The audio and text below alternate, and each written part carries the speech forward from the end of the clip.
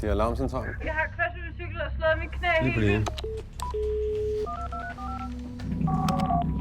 Det er alarmcentralen. Jeg er lige blevet overfaldet og bestjålet. Du bruger politiet lige nu. Ja, du har taget narkotika, er det korrekt? Jeg er bange. Men det er jo ligesom din egen skyld, ikke? Chef, du er heldigvis tilbage på gaden efter i morgen. Det er jo dejligt.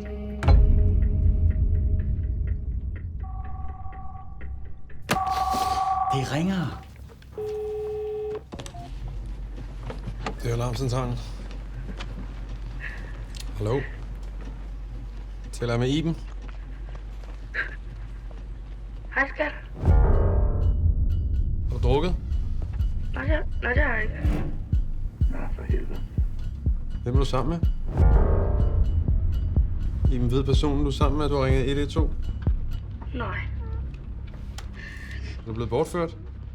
Ja. Iben? Hvem er det? I skal ikke blande jer. Kommer mor nogensinde hjem? Jeg er fra politiet. Vi er vogtere. Og en, der har brug for os. Det er ikke din opgave, det her. Kør efter.